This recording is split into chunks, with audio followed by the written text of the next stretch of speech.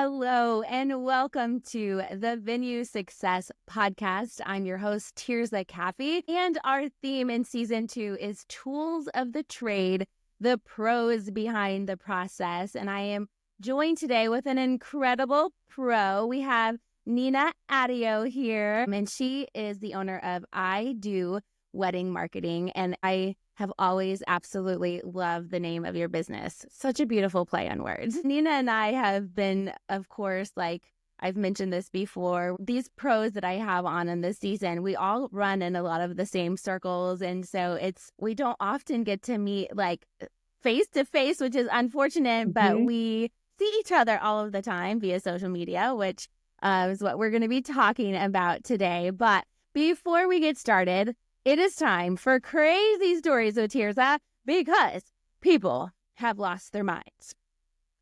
I don't know about you, but there's like an endless reservoir of stories of people that are just crazy. And I'm sure that you see it every day as well. You're in social media, so you see probably some of the craziest things. Yeah, more crazy than I want to. I know. So I kind of talked about this back in season 1 a little bit, and I'm always very cautious about talking about our experience with Married at First Sight because, of course, they have you sign a million different things and what you can and cannot say. And it's kind of now at this point, it's old news because it's been several years since we were on Married at First Sight. But people ask me all of the time about even to this day, like it was on Netflix for a really long time. It actually came onto Netflix. We recorded in 2019. It was on in 2020. So like during the shutdown, it was so funny. People were like taking screenshots of my husband performing the wedding and my dad performing the wedding. People that didn't even know that it was at our venue. And they're like, why is Bradley on TV? It was so funny. But it was a wild experience. But then they took it off of Netflix for a while, and I think it actually just recently came back. And so it was on my mind this week because I saw it pop up somewhere. And I was going to just share another little story of something that happened while we were recording. So I was in every single wedding day, but they did not show any of the clips that I was in. I mean, the full hair and makeup and all this kind of stuff. And my role was to come into the room and meet the groom. And he was basically supposed to share the gift. I don't know if for any of the listeners in Married at First Sight, they always have a gift that they exchange with each other before they meet, right? So the premise is two strangers they've never met until they walk down the aisle and they get married. I mean, it's bonkers.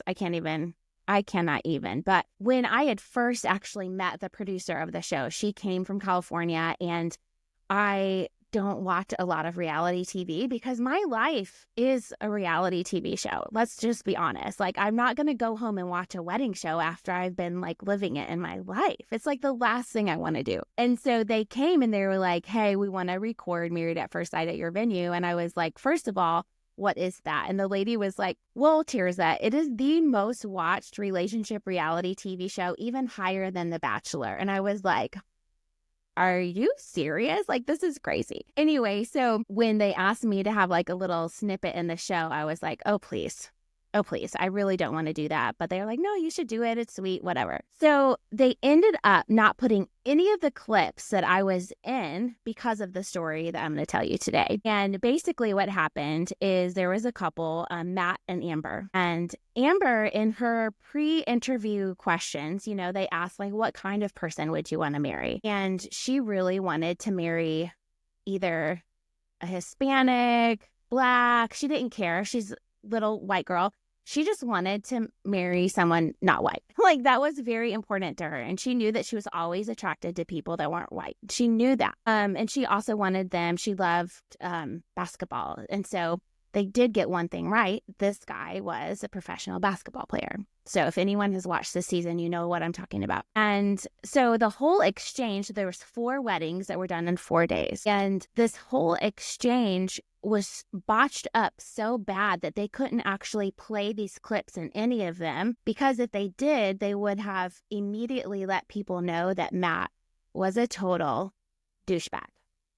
I mean, just terrible. So I walk into our parlor and they've got, all the cameras and all this kind of stuff. And I come up to him and I put his boutonniere on him and we're just like chit chatting and stuff like that. And they set me up for a disaster. So I asked him, well, what gift do you have for me to present to your future bride? And he was like, I don't have a gift for her. Like, I don't even have any. And he starts laughing about the whole thing.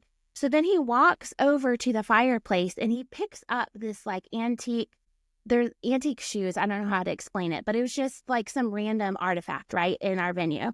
And he picks it up and he was like, I don't care. Give her this. And I'm like, are you kidding me? So, and it was so much worse than that. I just never know how much I should really say, but he was a jerk.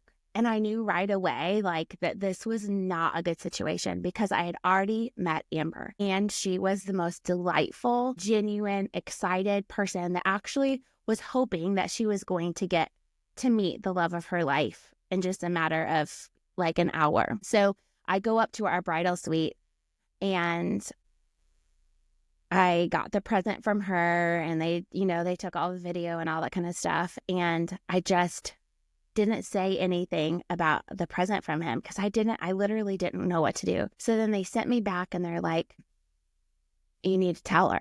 And I was like, what do I do? And so I told her and I was coming down the stairs and the cameras are off and all that kind of stuff. And I just heard her go. She sighed and she was like, that's so sad. And I'm just like, this woman is literally getting ready to get into a binding, like legal marriage with this person and having no idea that the person on the other side of not giving her a gift, she gave the most thoughtful, beautiful gift to him and that he was just an absolute jerk. And if anyone has watched again this season, you'll know now why they couldn't actually share any of those exchanges of presents because if they showed the other three and not this one, it would have been obvious that something had happened. And it was really sad. And honestly, that relationship, you'll see it in the season, was like a disaster from the very beginning. And he cheated on her and they ended up obviously getting a divorce. But when you think about like the crazy things that people will do, I mean, going on national television to marry a stranger, does that not just like rank right up there? Pretty up there. And I didn't realize it. So they follow them for like an entire season. Yeah, so they're with them. I don't know how many. I think it's probably, so they go with them on their honeymoon. So that's a whole thing. And then they follow them. I think it's for 60 days or something like that. And then Oh I my think by the goodness. end of it, they're supposed to say if they want to like stay married or not. But in North Carolina, you actually can't get divorced right away. In our state, you have to be legally separated for a year before you could even get Oh my divorced. goodness. Can you believe it? Because I'm worried about this girl having 60 days with him, let alone a lifetime, let alone over a year. I know. I know. It's really interesting. A lot of the people that were on this show, and let's not have this be all about this crazy show, but it really messed with a lot of them.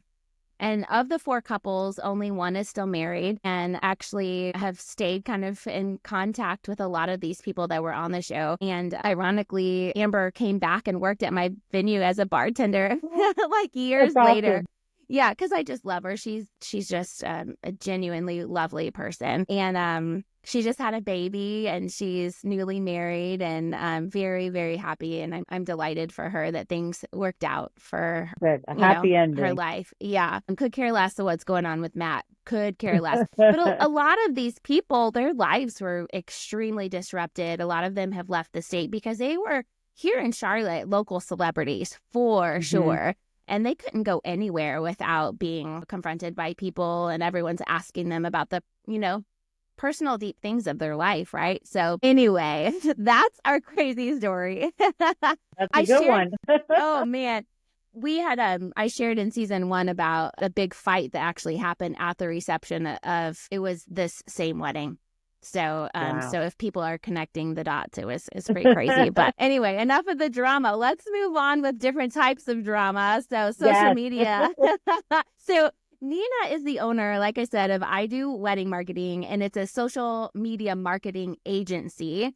and it's specific to the wedding industry, which I love. And Nina's agency specializes in taking broad marketing tactics and applying them to the niche and hyper-local needs of wedding professionals, which, again, I think is so important for anyone that you're hiring to help you with your business, that the wedding industry is its own world. It's just its own beast. And it's very important that people understand our niche. And so I'm really, really, really excited that you kind of have niche down in the wedding industry. Let me stop talking for a hot second. Tell us more about yourself, Nina, and just tell us how you kind of got started in this specific niche and what makes you so passionate about I do wedding marketing.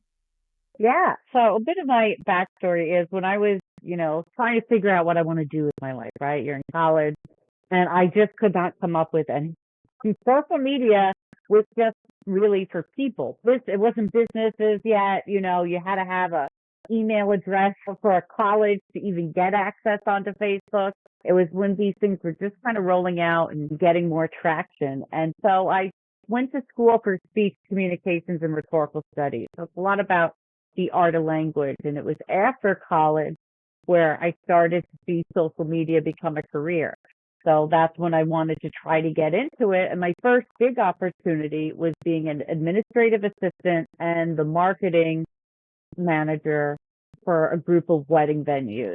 So at that point, social media wasn't big enough that that's your only job. They would like tack it on to the admin.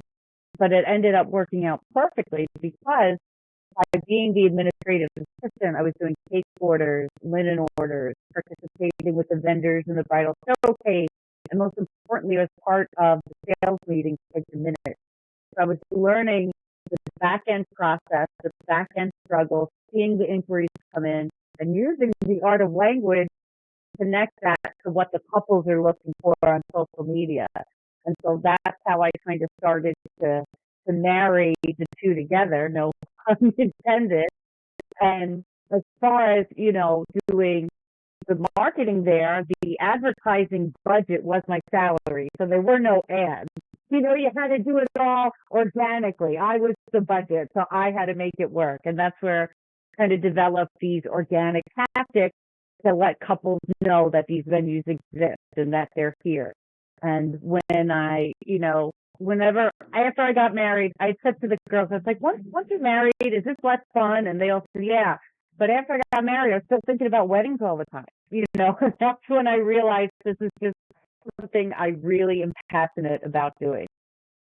Love that. And I just want to speak to just some great authority that you do have in this industry. Nina, for those of you that haven't heard of her, where you been? Because she is doing such a fantastic job helping many, many professionals all across the country really do incredible things for, again, not just their wedding venues. I know I have several people that are coming on the show that work specifically with wedding venues. And I know we have listeners kind of all across the wedding industry. So I just want to clarify that you do work with all different kinds of wedding professionals, not just with venues.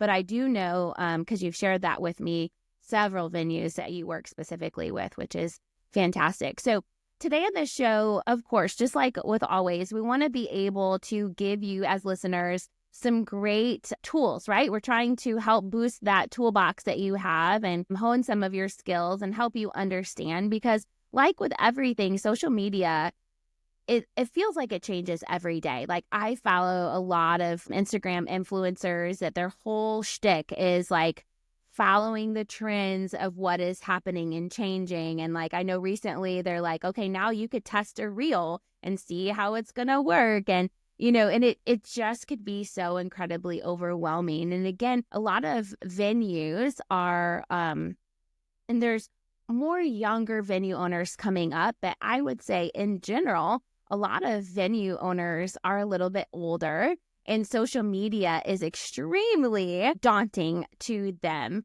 And one of the questions that I really wanted to ask you, and I think this is key, how do you use social media to find your ideal couples, right? Because that's the goal. It's not just wasting your time finding these beautiful pictures and posting them so you could have this glorious, profile on Instagram? Like, what is the point of it? Really, ultimately, right? The point of social media is to get us more leads, right? And that is one of the main things, right? But how do you think that we should be using social media to find our ideal couples? Yeah, so the way I like to look at it is when somebody gets engaged, or maybe somebody who's in a long-term relationship, but typically once they get engaged, what are the first accounts they're going to go follow on social media? And let's make that even more local. What are the first accounts in your area they're going to follow? So you're in North Carolina, so maybe it's part of NC Weddings, or maybe there's in other areas different bridal influencers or magazines. I also like to think, where are the romantic restaurants couples are going to? If you're going to propose to somebody, where are you going to do it? Or if you're going to go out, um, and celebrate, this happens a lot, Halloween, they all go to the pumpkin patches, all the couples, and get their photo or things like that. And those are the locations I hang out in as my venues on Instagram. And that's where I'm finding the couples who are kind of right in that like lightning in a bottle moment. They're engaged, they're about to be, they're in a relationship, and they're in your area. So I try to focus on those hyper local accounts that they would follow and those locations that they would be checking in at on Instagram. And that's where I find them to begin engaging and interacting with them, specifically on Instagram. Okay, so let's just play this out a little bit. So Yeah. there's a venue owner. They are following a certain page. Let's kind of go with what you're saying, like it's a local, like a bridal magazine or a bridal show or something like that, right? So say there used to be a show, it's not around anymore, so we could use this as an example, the bridal showcase, right? So Hmm. you're following as the venue. You're like, okay, I know this is the biggest wedding show in Charlotte. I'm going to follow them. So you follow them and you are then doing what with that? Are Hmm. you looking daily? Are you trying to engage with people in that platform? How do you then kind of take the next step to engaging with them? Yeah, so I'll keep a list, an ongoing list of what I feel are good targets, and I'll spend 10 minutes a day. So it's not the same account each day. It will become, not every account is that big to get that many check-ins or followers. So it's not something where you need to check every account every day. It can be different things throughout the day, and I'll see who's liking their posts. I'll go in and see who's liked them, and if they have a public account, that kind of means they're welcoming the social engagement. They want to connect with people. So I'll like maybe one or two of their photos, or if I see they have an engagement photo, I'll type a congratulations. At that point, if you wanted, you could even use ChatGPT and say, hey, I want to write a custom nice message to couples, letting them know I exist, inviting them for a tour, whatever it is, however you want to handle that. But what I do is my goal is to let them know that my venue exists. So I want to have at least kind of 3 pop-ups coming. So either that will mean I'm liking maybe 3 of their posts, or I'm commenting and liking a post, and just showing them that I'm there. Because if your Instagram profile and handle is done right, probably know you're a wedding venue. You won't need to comment going, hello, I'm a wedding venue, and I see that you're engaged. Say, oh my gosh, the Biltmore is the most romantic place for proposal. Just say Mm-hmm. something Mm-hmm. about the post itself.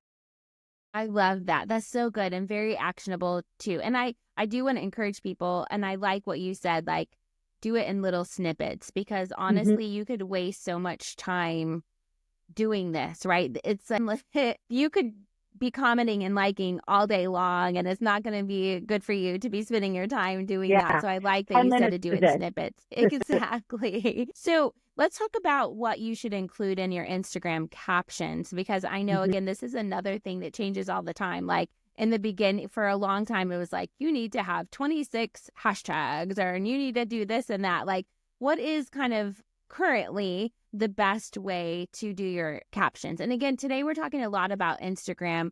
We'll let's just focus on that for just a minute. But Yeah. any feedback with that? So ideally, really what a lot of couples today want, right? They want a very personal experience, but also what you want is for your content to reach them, especially organically. And the way the algorithms work or searching works, if somebody types in Raleigh wedding venue, somebody who has Raleigh wedding and venue mentioned in their profile, in their name, in their content, that will come up. It also will help your content come up on the explore page for people who are in Raleigh or searching Raleigh. So when somebody starts searching and saving and sharing wedding related content, Instagram knows that's what they're interested. They know that's where they are. So you want to be posting stuff and putting those words in and those relevant keywords that will connect you to that person.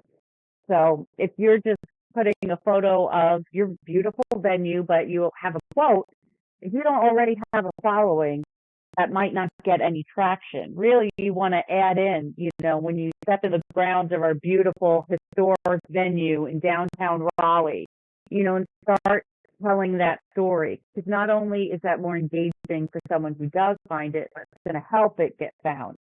So you want your captions to organically mention as much about your property as you can without keyword stuffing, right? You don't want to just throw these things in. You want it to kind of flow nicely.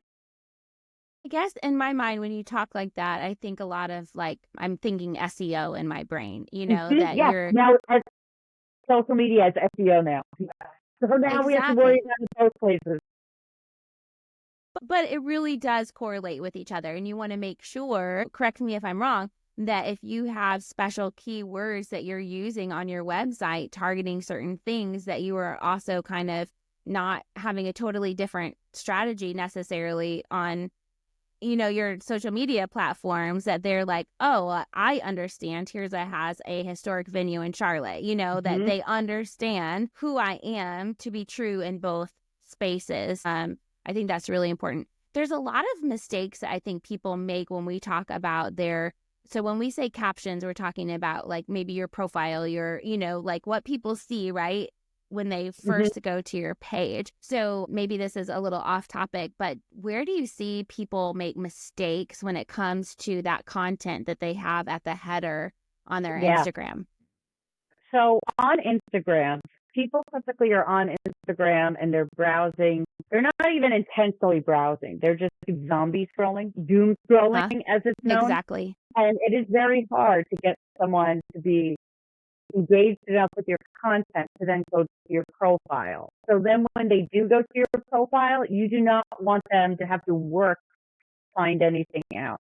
You want as much information that's relevant there as possible. So you've got to include your location. And ideally, you want to include that in your name. And by that, I don't mean your handle, right? My handle on Instagram is I Do Wedding Marketing. My name is Nina, and I do dash, then social media marketing for wedding industry. So this way, if somebody searches social media weddings, I'll come up. So what you Exactly. guys want to do is say that you're a venue and the location to help you come up. And then it's up to you.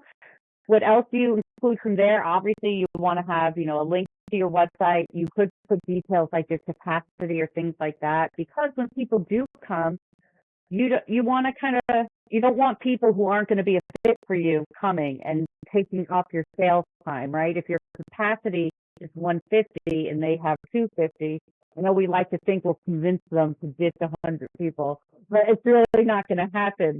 So if we could save our own time by letting the couples know kind of in that prime real estate space what they need to know, it can help you.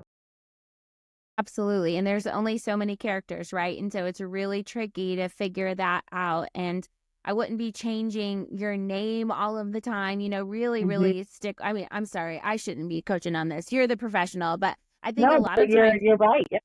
yeah, I mean, your bio can be something that you work with, and it could be, I've had actually people talk to me about my personal bio for my coaching. A marketing friend of mine reached out and he was like, hey, try this. And it was just like this tiny little tweak. And it was amazing what that did, for me. So I would also say, it's really helpful for you to have someone look at your bio for you and be like, hey, what do you perceive when you read this? Hmm. If you have that differentiating factor, please be putting that up there. What sets you apart? That is also what people are looking for, like there's so much competition. Make sure that your differentiator is up there. So, what do you think might be something that kind of rabbit tails off this a little bit, but like what's something that wedding venues specifically might be overlooking when it comes to their Instagram marketing?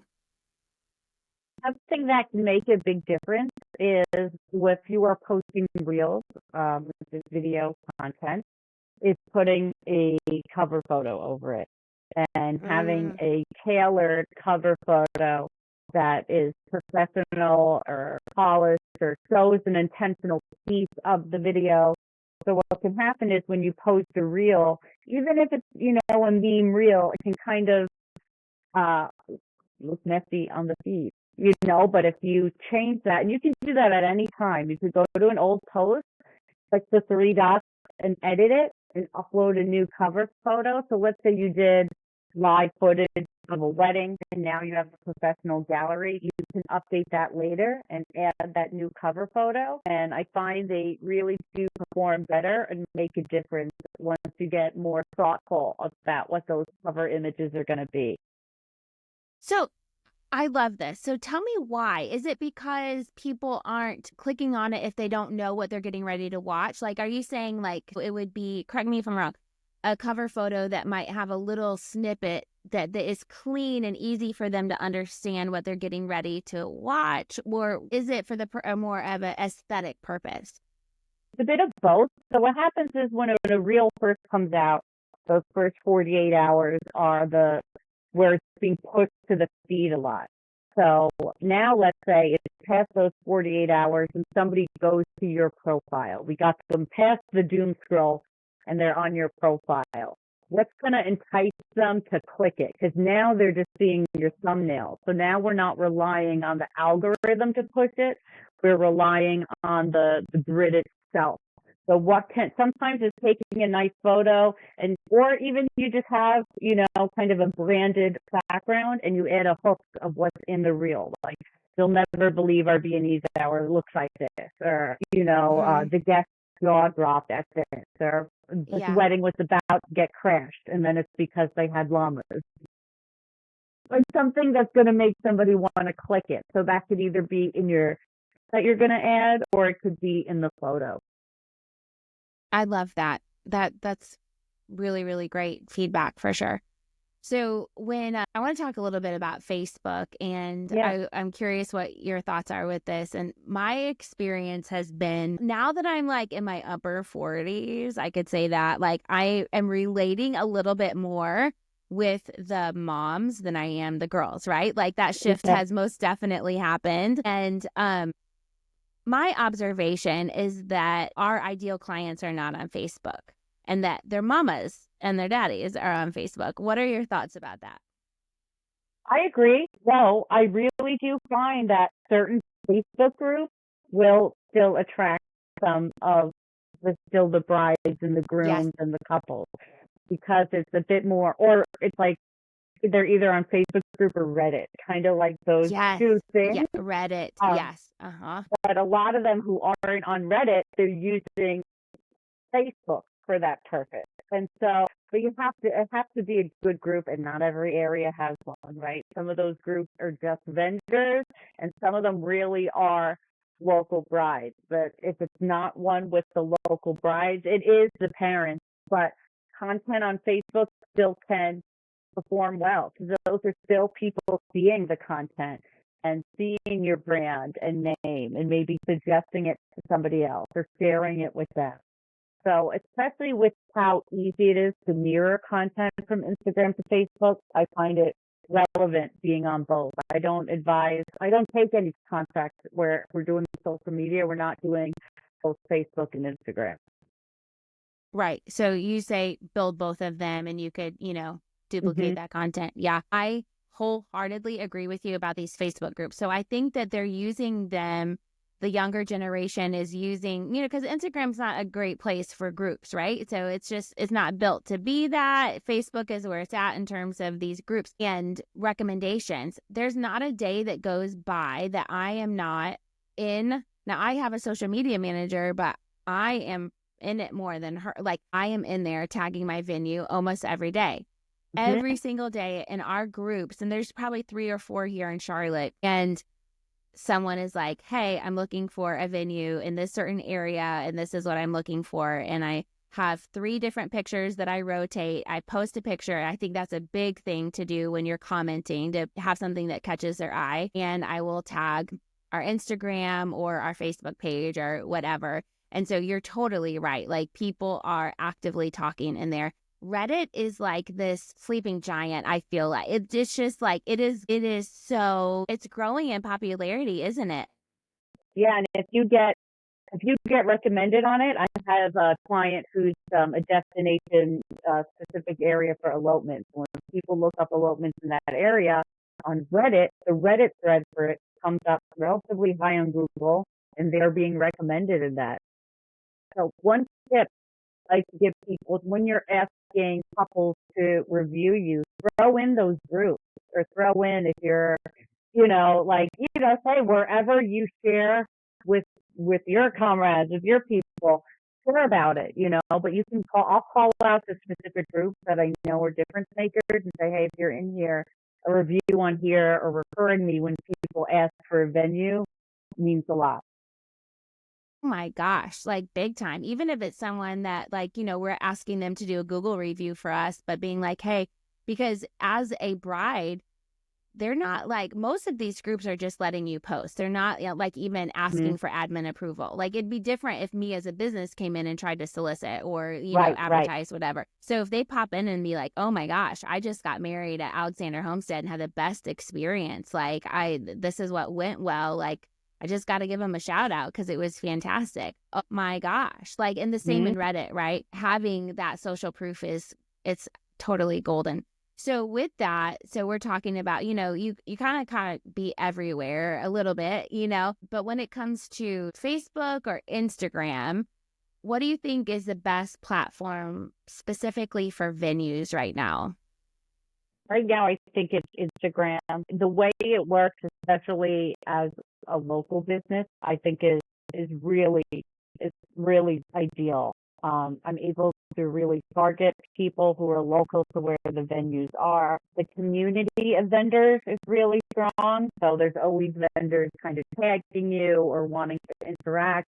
So you have that support as well. So you're able to build up, let's say you're a newer venue, right? You can build up your profile with the vendor interactions while you get those real couple interactions ready that are pending. Yeah, no, I totally agree with you about that too. I mean, they're definitely there, they're scrolling, and they might not always be commenting or even Hmm. liking, but they're looking, and they're there. One thing that I wasn't going to mention this, but I think is could be a really fun idea for people listening if you have a venue, is to have something that's predictable for these couples to engage with. And what we do every single Monday is we have a highlight. It's called the weekend recap. And so I don't know if you've seen that on ours, Nina, but like, so every single Monday, all of the planners, so if we have 5 weddings, right, and maybe there's 3 planners, we are all sending this content to our social media person.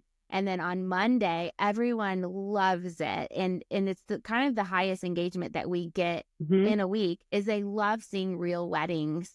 And so we're not going to put like 50 images or anything like that, but maybe 3 or 4 from each event. And it really is something predictable that couples love to come back in. And we know every Monday, like, our engagement goes like that because they're all looking forward to it. So have you seen other venues do anything similar to that?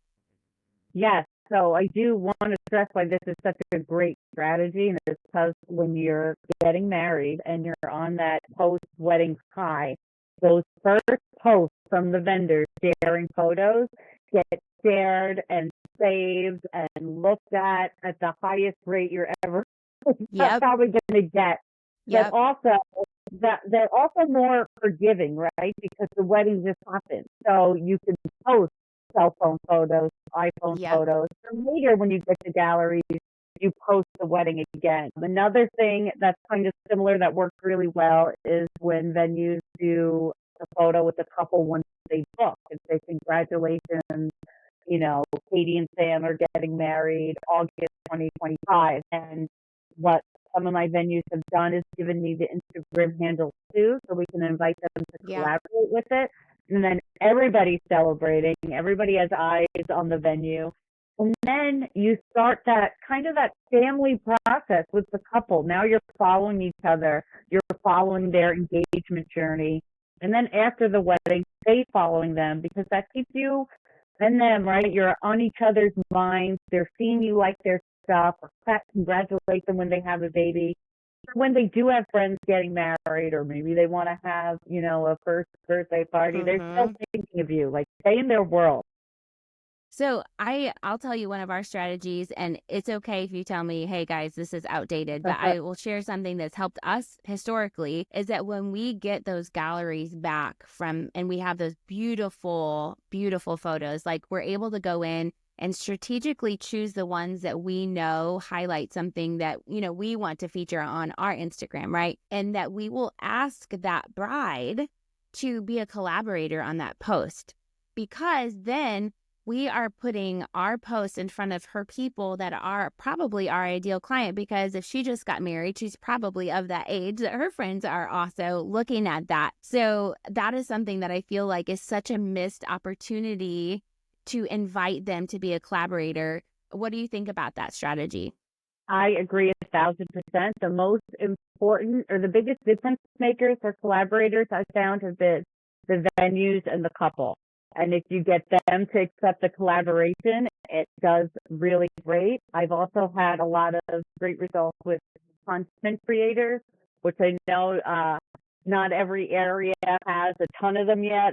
We have a bunch We here where do. I'm based, Mm-hmm. which is great, but I'm seeing them come up more. And even if you ask them to come, you know, while you're setting up a wedding, say, hey, come, anything you share, you know, invite to collab with us. If you share the content with us, we'll collab it. And as they're getting their experience, you know, you can both benefit from that content and each other. Definitely get your couples Instagram handles if they're on it, follow them and invite them to collab in any post you do Yeah, of theirs. absolutely. And I will tell you personally, maybe this is like hypocritical of me, but I am personally very cautious about what I'm going to collaborate on, because I'm thinking about my grid and my intentionality and what I want my marketing to be. So, like, I won't accept someone else doing that unless it's something that we've kind of strategized ahead of time that makes sense for it to be on mine. And because as a venue, everyone wants my audience. Mm-hmm. And so it is, again, like venues are a bit different of a beast when it comes to all that. You know, everyone, even like the planners and the florists and even just the vendors, I'm not talking about just our clients, like the vendors want my audience. And so I'm careful about that too, because Oh, yeah. I'm all inclusive. And so I'm like strategic about who I'm recommending to. So again, like the couples, like they love collaborating with us. And I think it's something that we could definitely do more of. We actually went viral when the Clemson Tiger came to our Oh, venue my God. recently. Oh, It was that's a great opportunity. insane. It Yeah. was insane, girl. I mean, the Wow. visibility that we got, we were in People magazine because it just went so crazy. Basically, what happened is the girl's father had passed away, and he used to be the Clemson Tiger. And his best friend's son was the current Clemson Tiger. So she didn't have any idea. And we did the first look. She thought she was doing the first look with her fiance, and she came around the corner and it was the tiger. And he had a suit on and all this kind of stuff. And it was the most beautiful thing. But collaborating on that, I mean, the photographer is the one that collaborated with us on it. And we were so grateful because she allowed us to ride the wave with her. And it was her reel that she made. And what did I do? I instantly went over to my personal Instagram and made one too, because I didn't even really want to, but I'm like, I got to ride this too. And it did. And it was Yeah. good for me too. But I copied her same hashtags, but made Yeah, yeah. my This own is the content with formula. my Yeah. own photos and all that stuff. So it was really cool. But let's kind of very briefly talk about TikTok, because I know right now, like, this might be a tiny old news by the time this Mhm. episode comes out, but we've all been joking about the 6 hour blackout on TikTok. Yeah. Like, and I'm glad that I haven't spent a lot of blood, sweat, and tears on that platform. I know a lot of venues do. What is your kind of opinion about how we should handle TikTok? Yeah. I mean, if you have the capacity, if that's where you like to create and post, then that's gonna be your happy space and your sweet spot. But for me, I found I've gotten better locally through using Instagram. If you were not a venue, or if you did floral preservation and you work with people worldwide, Mm-hmm. that would be something very different, where I feel like the virality potential of TikTok could really benefit the time spent on it. But for my venues, I really prefer and recommend an Instagram strategy. What also you could do is kind of pull the reels you're doing and repurpose them for TikTok. But if you're not comfortable there, it will come through, right? When I when I try to get on Reddit, because it's not something I'm normally using, they can all tell I'm just some newbie coming in trying to look cool. That's not going to help you grow your business. If it's very obvious that you don't know what you're doing and you're just trying because someone told you to do it, that's going to be clear. So if you don't have the bandwidth, it's okay. Stay where you're comfortable. If that's TikTok, great. But if it's not, don't don't push yourself too much. Just take it one platform at a time. And I personally recommend Instagram right now. Yeah, no, I appreciate that. I do want to kind of mention Google My Business a little bit too. So if Mhm. you are doing your content over on Instagram, Facebook, wherever you are, I really would recommend for people to take that content and put it over in your Google My Business listing. That was something that I ignored for way too long. And I know we're not talking about SEO today specifically, but it is a platform. It's totally free and you should be using Yeah. your Google My Business. Do you have anything specifically that you would recommend about Google My Business listing, or anything No, you I want to think add? because it's not as chronological or like timeline based. It's not newsfeed based, right? So this is like the best late appointment activity. When like an appointment's late, but you don't want to get into something heavy, you don't know how long you're going to be waiting. That is a great time to do some Google My Business updates, whether you're kind of pulling what you've been posting on Facebook or Instagram, or doing something, fresh on the fly. It's kind of like those pockets of time. That's a great time to do that.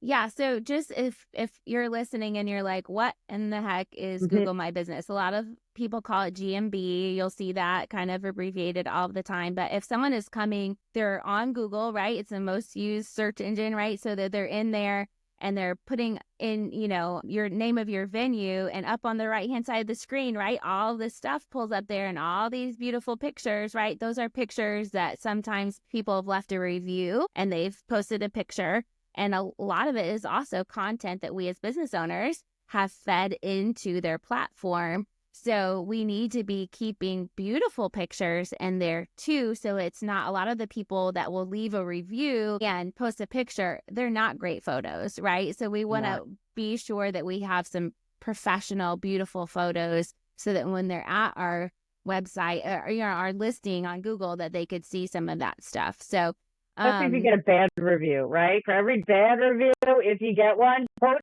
it on Google My Business and balance that out. Exactly, exactly. We do need to do a session probably one of these days about reviews, Yeah. but Yeah. so let's tie a bow on today with just one final question. How do you get the most, right? So time is short for a lot of us as venue owners, and a lot of us are doing this ourselves. And I will just tell you that if you have the ability to invest in having someone help you to do this. Several years ago, I just decided I can't do this myself anymore. It's not a good use of my time, because I want to work on my business and not always in it, right? And that's really important for us as venue owners to pull ourselves out of the weeds a little bit. But so say there's a venue and they are doing this themselves and they really want to get the most out of what they're creating. How do you get the most out of the posts that you're hmm doing?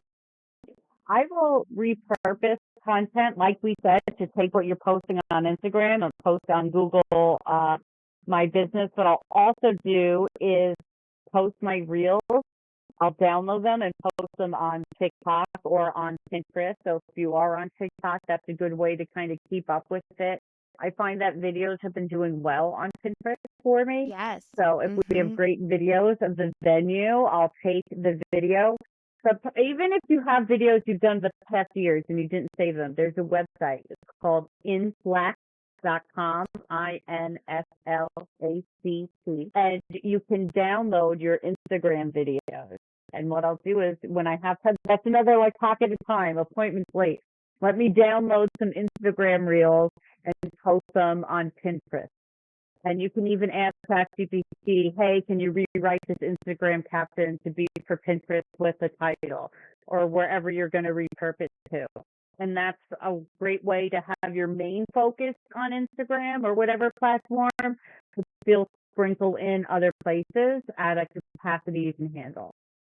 And I love that you mentioned Pinterest, and there's so much. Like, listen, don't Yeah, be it's a lot. overwhelmed, but Pinterest is another search engine. It really is. And so not having I think me personally, I don't necessarily think that that has to be constantly updated all of the time, but you need to have your venue should have a good overview. You know, you should have some categories of your different event spaces. They should be able to come Mhm. there to at least get the basics, get a feel for who you are there. And again, I agree. Like, it is so easy to repurpose content over onto Pinterest. You don't have to recreate their wheel. So that's kind of if I'm understanding you correctly, you get the most about what you're creating when you are able to repurpose it. And if you go back and you're like, oh my gosh, that reel got 1,000 views like in a really short amount of time, that would be something great to pop over on Pinterest or something like that. Yeah, even if it, tanks, it may not have worked on Instagram, but it's Good something that point. would work on Pinterest. On So I Pinterest. wouldn't, Very good point. don't let it defeat you if it didn't do well. It can still serve its Exactly. purpose. And the last tip I want to give, kind of relating to that, Tirza, is, go to your Instagram profile and click your profile dashboard and look at your insights. And at the bottom, as you scroll, it's going to show your link clicks. How many people are clicking to your website? And that's the number you want to focus on most of all. And you can't see this for reels yet, but you can for regular posts. You can see how many link clicks came from a post. So what's great about that is you may go, oh, this got 3 likes, but then you go, wait, but someone went to my website off of this. And when somebody's stopping the doom scroll, going to your profile, and then Yes. going to your website, to me, that's more than a cold lead, right? They're starting to get warm. Something piqued their interest. So those are the stats you really want to focus on. And it's okay if they're small, right? If you get at least 12 a month, that's a good number as far as I'm concerned. Start there and then grow it. I love that. I love that. So there's so many different things that we Yeah. could talk about. I know we could be here for a long time, but I really do want to wrap up today by letting people hear what you do for venues, because I think that's really important. And when I say like this is like these are the toolbox people that I know could be helpful for you, I really want listeners, you to understand, like there are people out there like Nina that this is their whole passion is to do these things for you. So obviously today has been a lot of hopefully great education for you as you're doing this yourself, but you might be one of those people that are like, I hate social media. I'm only there because I have a business and I have to be there. I know there's a lot of people that say that to me. So what is it specifically that you can do for venues, and like what kind of services do you provide? Yeah. So the big ticket offer is the full service social media management. So it's completely outsourced to me. We're doing the content and the engagement. You approve anything before it goes live. And that's, and we do all social media platforms. You don't have to do all, but we have to at least do Instagram and Facebook. Those are the 2 musts. But also because of my background, right, I started doing admin and the marketing in house. If you already have somebody, I'll do coaching. and we'll meet however often we decide we need for our scope, and I'll coach whether it's you or your team, and basically kind of give you the keys to the car. I'm just not driving it. You guys are going to drive, and I'll tell you what I would be doing, and we'll meet every so often. So those are the two big things that I think specifically for the venue owners would be the best.